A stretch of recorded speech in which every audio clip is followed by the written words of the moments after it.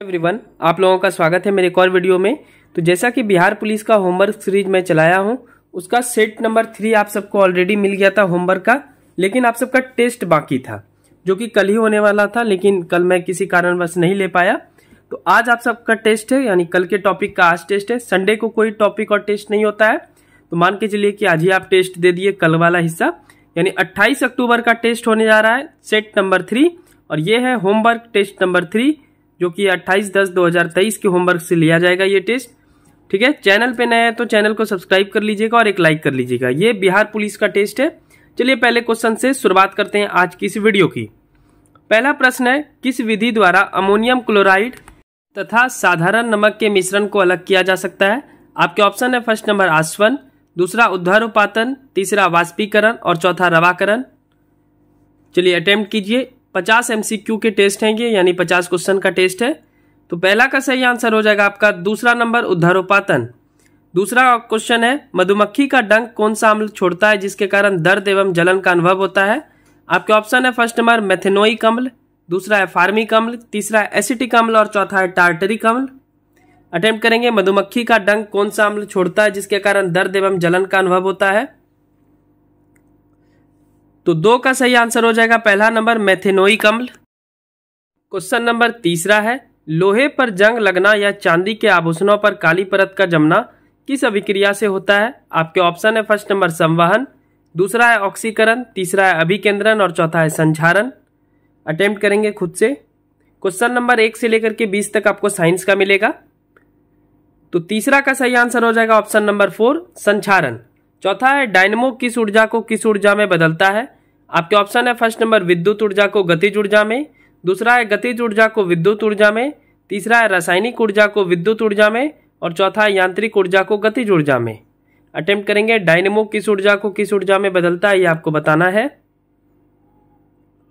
तो 4 का सही आंसर हो जाएगा दूसरा नंबर गतिज ऊर्जा को विद्युत ऊर्जा में। क्वेश्चन नंबर 5, साबुन के बुलबुले का रंगीन दिखाई देने का कारण क्या है?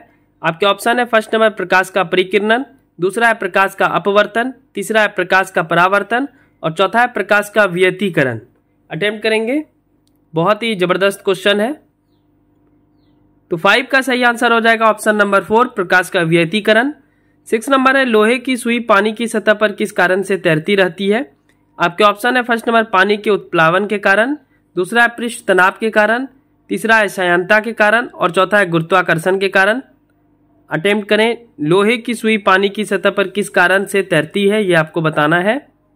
ये सब मैं NCERT में पढ़ा चुका हूं। तो 6 का सही आंसर हो जाएगा दूसरा नंबर पृष्ठ तनाव के कारण। क्वेश्चन नंबर 7, समुद्र में नदी की अपेक्षा तैरना आसान होता है क्यों?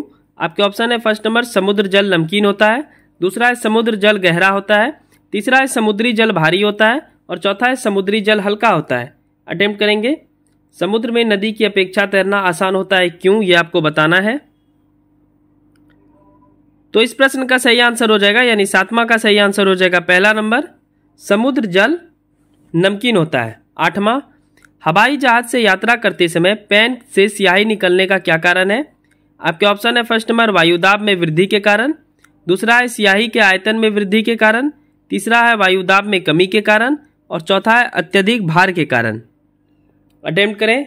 हवाई जहाज से यात्रा करते समय पेन से स्याही निकलने का क्या कारण है ये आपको बताना है। तो 8 का सही आंसर हो जाएगा आपका तीसरा नंबर वायुदाब में कमी के कारण, प्रेशर बहुत कम रहता है। चलिए 9 नंबर देख लेते हैं। बैरो पठन में अचानक गिरावट हो जाने से कौन सी एक मौसम दशा इंगित होती है? जब बैरोमीटर में अचानक गिर जाता है तो कौन सा मौसम आने की संभावना है आपको ये बताना है। पहला है शांत मौसम, दूसरा है तूफानी मौसम, तीसरा है शीत एवं शुष्क मौसम, चौथा है उष्ण एवं उज्ज्वल मौसम। चलिए अटेम्प्ट कीजिए। बैरोमीटर का पठन जब अचानक गिर जाता है तो क्या हो जाता है?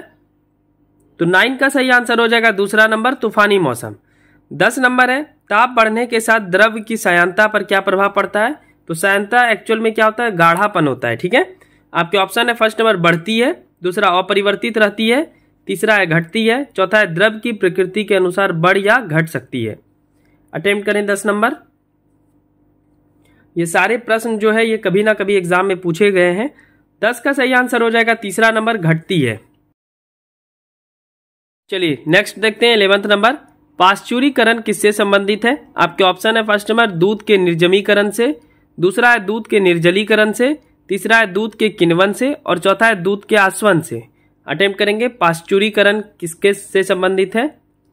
इतना मैं हिंट्स दे सकता हूं कि बहुत अधिक टेम्परेचर पे दूध को गर्म किया जाता है, फिर तुरंत ठंडा किया जाता है, जिससे कि उसमें कीटाणु जो रहता है वो मर जाता है। इसी को बोलते हैं पाश्चुरीकरण। अब ये किससे संबंधित है आपको बताना है। तो 11 का सही आंसर हो जाएगा पहला नंबर दूध के निर्जमीकरण से। 12वां है जल का वाष्प में परिवर्तन होना क्या कहलाता है? आपके ऑप्शन है पहला प्राकृतिक, दूसरा भौतिक घटना, तीसरा रासायनिक और चौथा जैविक। अटेम्प्ट करेंगे जल का वाष्प में परिवर्तन होना क्या कहलाता है। तो 12 का सही आंसर हो जाएगा दूसरा नंबर भौतिक। चलिए नेक्स्ट है 13वां, ठोस की अशुद्धियों के शुद्धिकरण के लिए कौन सी प्रक्रिया उपयोगी नहीं है? आपके ऑप्शन है फर्स्ट नंबर आसवन, दूसरा है उद्धर्वपातन, तीसरा है क्रिस्टलीकरण, चौथा है रवाकरण। अटेम्प्ट कीजिए 13 नंबर। तो 13 का सही आंसर हो जाएगा पहला नंबर आसवन। 14 नंबर है निम्न में से कौन कण आवेश रहित कण है, यानी उसका कोई भी आवेश नहीं है। तो फर्स्ट है अल्फा कण, दूसरा है इलेक्ट्रॉन, तीसरा है न्यूट्रॉन, चौथा है प्रोटॉन। तो 14 का सही आंसर हो जाएगा आपका तीसरा नंबर न्यूट्रॉन। न्यूट्रॉन मतलब ना तो प्लस ना ही माइनस, यानी वो आवेश रहित है। चलिए नेक्स्ट क्वेश्चन देखते हैं, क्वेश्चन नंबर 15। पेडोलॉजी निम्न वैज्ञानिक अध्ययन से संबंधित है। आपके ऑप्शन है फर्स्ट नंबर वायुमंडल, दूसरा है मिट्टी, तीसरा है प्रदूषण और चौथा है बीज। अटेम्प्ट करेंगे पेडोलॉजी किससे संबंधित है ये आपको बताना है। तो 15 का सही आंसर हो जाएगा दूसरा नंबर मिट्टी। मिट्टी इज द राइट आंसर। चलिए बढ़ते हैं नेक्स्ट क्वेश्चन की ओर।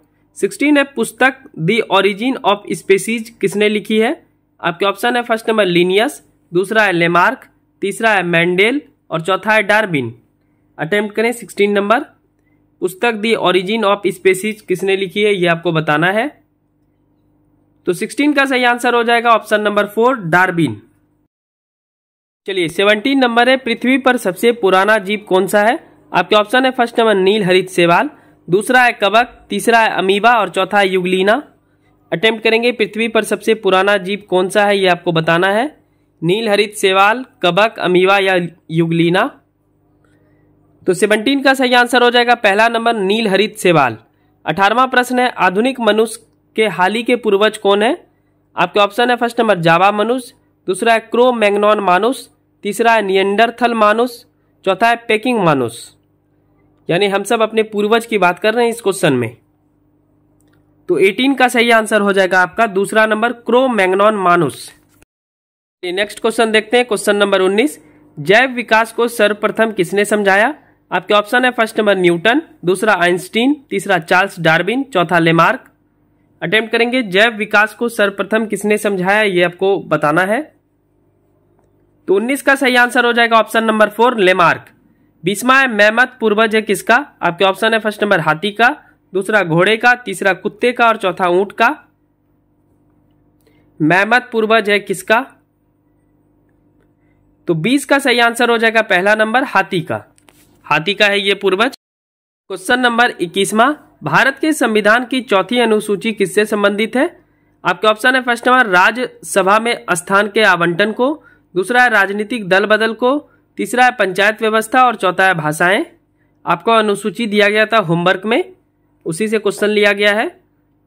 तो 21 का सही आंसर हो जाएगा पहला नंबर राज्यसभा में स्थान के आवंटन को। और 5वीं अनुसूची में संडे स्पेशल टेस्ट में पूछा था आप सबसे, अनुसूचित जनजाति और एसटी और एससी के प्रशासन से संबंधित था अनुच्छेद 5। ठीक है। 22 है जानवरों के प्रति क्रूरता की रोकथाम को भारतीय संविधान की किस सूची में रखा गया है? आपके ऑप्शन है फर्स्ट नंबर केंद्र सूची, दूसरा है राज्य सूची, तीसरा है समवर्ती सूची और चौथा है उद्घोषिका। अटेम्प्ट करेंगे 22। ये सूची मैं समझा दूंगा पॉलिटी जब पढ़ाऊंगा आप सबको अच्छे ढंग से, क्वेश्चन आंसर फॉर्म में ही पॉलिटी पढ़ाया जाएगा। 22 का सही आंसर हो जाएगा तीसरा नंबर समवर्ती सूची। नेक्स्ट क्वेश्चन है 23। भारतीय संविधान के किस अनुसूची में दल बदल विरोधी कानून को रखा गया है? आपके ऑप्शन है फर्स्ट नंबर 10वीं अनुसूची, दूसरा है 9वीं अनुसूची, तीसरा है 6ठी अनुसूची और चौथा है 12वीं अनुसूची। अटेम्प्ट करेंगे भारतीय संविधान के किस अनुसूची में दल बदल विरोधी कानून को रखा गया है। तो 23 का सही आंसर हो जाएगा आपका पहला नंबर 10वीं अनुसूची। 24वां है पंचायती राज विषय किस सूची के में सम्मिलित है? आपके ऑप्शन है फर्स्ट नंबर संघीय सूची, दूसरा है राज्य सूची, तीसरा है समवर्ती सूची और चौथा है अपशिष्ट सूची। अटेम्प्ट करेंगे 24 नंबर, पंचायती राज विषय किस सूची में सम्मिलित है ये आपको बताना है। तो 24 का सही आंसर हो जाएगा आपका दूसरा नंबर राज्य सूची। 25वां प्रश्न है भारतीय संविधान की प्रस्तावना में धर्मनिरपेक्ष व समाजवादी शब्द किस संशोधन के तहत जोड़े गए हैं? आपके ऑप्शन है फर्स्ट नंबर 39वें संशोधन, दूसरा 41वें संशोधन, तीसरा है 42वें संशोधन और चौथा है 44वें संशोधन। अटेम्प्ट करेंगे तो 25 का सही आंसर हो जाएगा आपका तीसरा नंबर 42वें संशोधन। 26वां प्रश्न है, नंबर क्वेश्चन है, एक मिनट दूसरा स्लाइडर आ गया है। हाँ 26 नंबर, भारतीय संविधान की प्रस्तावना में पंथ निरपेक्ष शब्द किस संशोधन द्वारा जोड़ा गया? आपके ऑप्शन है फर्स्ट नंबर 42वां संशोधन, दूसरा है 44वां संशोधन, तीसरा है 25वां संशोधन और चौथा है 52 यानी 52वां संशोधन। जल्दी से बताएंगे। तो 26 का सही आंसर हो जाएगा पहला नंबर 42वां संशोधन।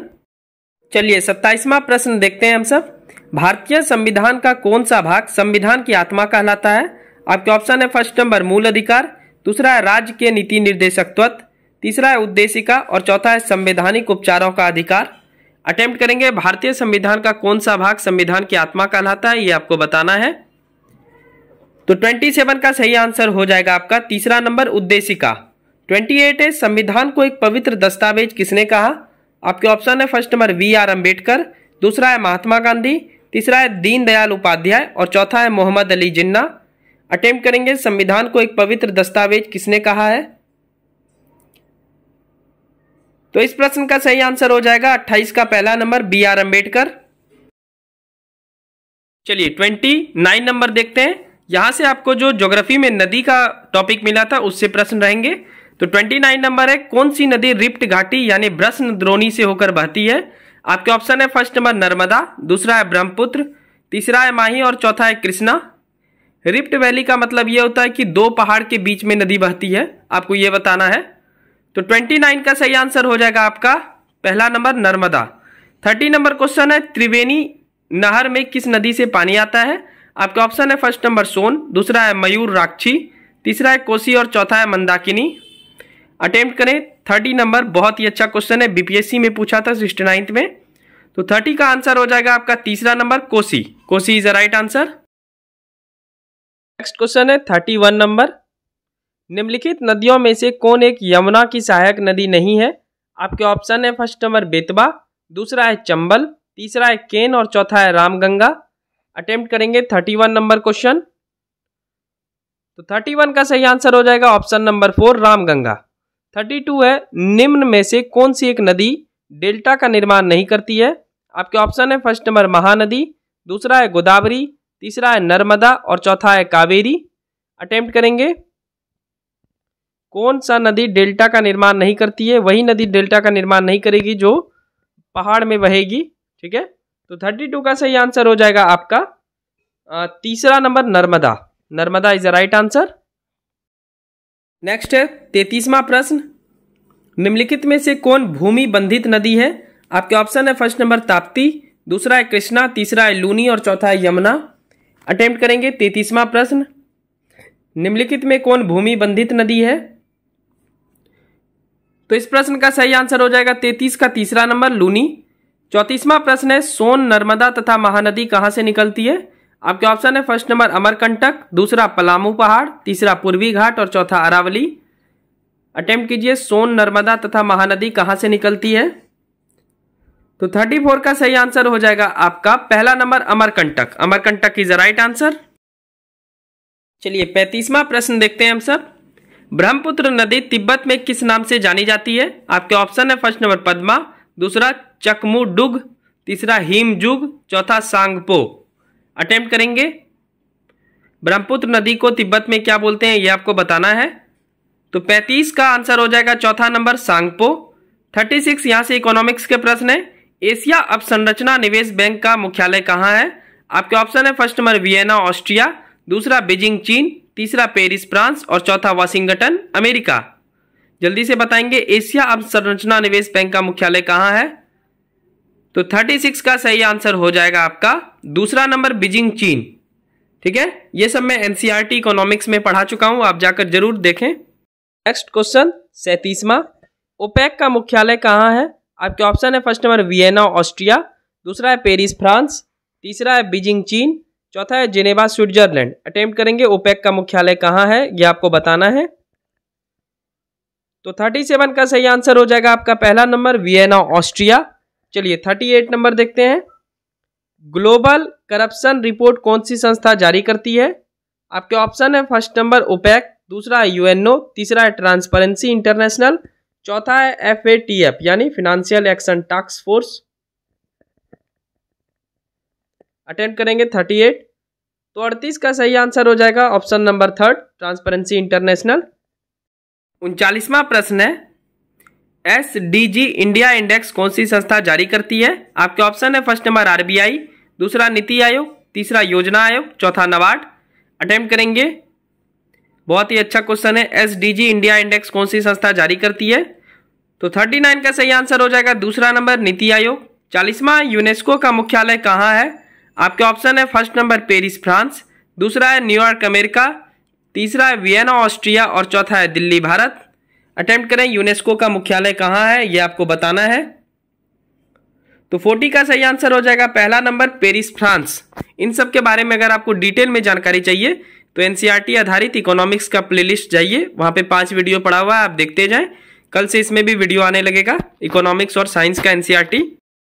यहाँ से आपको इतिहास के प्रश्न मिलेंगे, आधुनिक इतिहास। 41 है टीपू सुल्तान अंग्रेजों के साथ युद्ध में कब मारे गए? आपके ऑप्शन है फर्स्ट नंबर 1757, दूसरा है 1857, तीसरा है 1799 और चौथा है 1769। अटेम्प्ट करेंगे टीपू सुल्तान अंग्रेजों के साथ युद्ध में कब मारे गए ये आपको बताना है। तो 41 का सही आंसर हो जाएगा तीसरा नंबर 1799। चलिए 42वां है महाराजा रंजीत सिंह के राज्य की राजधानी कहाँ थी? आपके ऑप्शन है फर्स्ट नंबर अमृतसर, दूसरा पटियाला, तीसरा लाहौर और चौथा कपूरथला। अटेम्प्ट कीजिए, महाराजा रंजीत सिंह के राज्य की राजधानी कहाँ थी ये आपको बताना है। तो 42 का सही आंसर हो जाएगा तीसरा number Lahore. Lahore is a right answer. Next question है 43 नंबर, टीपू सुल्तान ने अपनी राजधानी कहाँ बनाई थी? आपके ऑप्शन है फर्स्ट नंबर श्रीरंगपट्टनम, दूसरा है मैसूर, तीसरा है बेंगलोर और चौथा है कोयम्बटूर। अटेम्प्ट करें, टीपू सुल्तान ने अपनी राजधानी कहाँ बनाई थी ये आपको बताना है। तो 43 का सही आंसर हो जाएगा पहला नंबर श्रीरंगपट्टनम। 44 है निम्न में से किसने भारत में अंग्रेजों का सर्वाधिक विरोध किया? आपके ऑप्शन है फर्स्ट नंबर मुगल, दूसरा है सिख, तीसरा है मराठा और चौथा है राजपूत। ये कॉमन सेंस वाला क्वेश्चन है पर इसको भी बच्चे बहुत जोर से रटेंगे। चलिए 44 का सही आंसर हो जाएगा तीसरा number Maratha. Maratha is the right answer. चलिए 45वां प्रश्न है, सम्राट शाह आलम द्वितीय ने ईस्ट इंडिया कंपनी को बंगाल, बिहार तथा उड़ीसा की दीवानी कब प्रदान की? आपके ऑप्शन है फर्स्ट नंबर 12 अगस्त 1765, दूसरा है 18 अगस्त 1765, तीसरा है 29 अगस्त 1765, चौथा है 21 अगस्त 1765। अटेम्प्ट करेंगे, सम्राट शाह आलम ने कब दीवानी प्रदान की थी? तो 45 का सही आंसर हो जाएगा पहला नंबर 12 अगस्त 1765। 46 है बक्सर के युद्ध के समय दिल्ली का शासक कौन था? आपके ऑप्शन है फर्स्ट नंबर औरंगजेब, दूसरा है शाह आलम प्रथम, तीसरा है बहादुर शाह जफर और चौथा है शाह आलम द्वितीय। ऐसा प्रश्न पूछ लिया जाता है। तो बक्सर का युद्ध आपको पता है 1764 में हुआ है, तो अब इससे आप जो है अनुमान लगाएं। तो 46 का सही आंसर हो जाएगा ऑप्शन नंबर 4 शाह आलम द्वितीय। चलिए आखिरी के 4 प्रश्न करंट अफेयर्स के हैं, अटेम्प्ट करें। 47 है हाल ही में देश की राष्ट्रीय पार्टी कौन बनी है? आपके ऑप्शन है फर्स्ट नंबर अकाली दल, दूसरा है जेडीयू, तीसरा है आरजेडी और चौथा है आम आदमी पार्टी। तो ये देश की 9th राष्ट्रीय पार्टी है।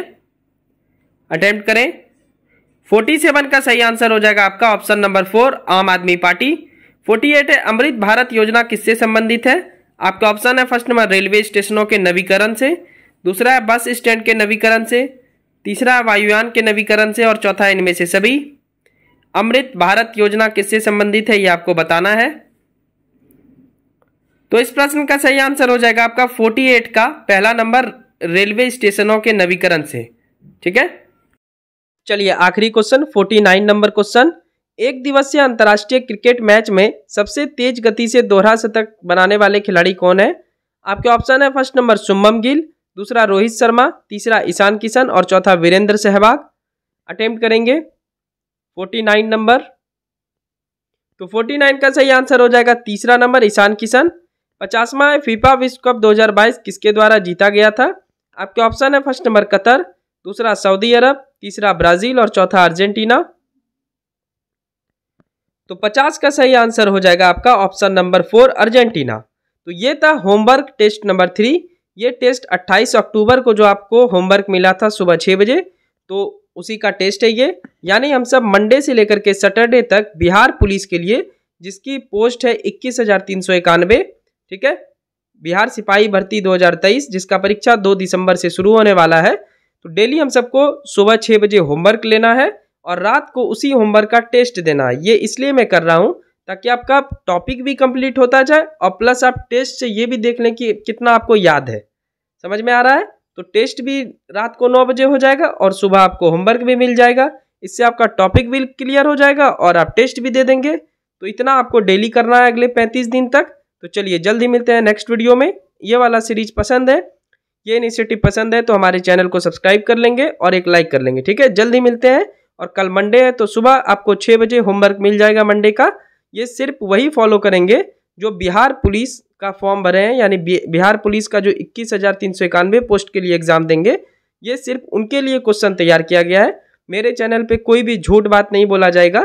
ठीक है, ये बिहार एसएससी वाले एग्जाम नहीं जीके अटेंड करेंगे, उनके लिए थोड़ा और हार्ड लेवल का क्वेश्चन सेट किया जाएगा। ठीक है, तो चलिए जल्दी मिलते हैं नेक्स्ट वीडियो में। तब तक के लिए thank you so much, bye bye and take care.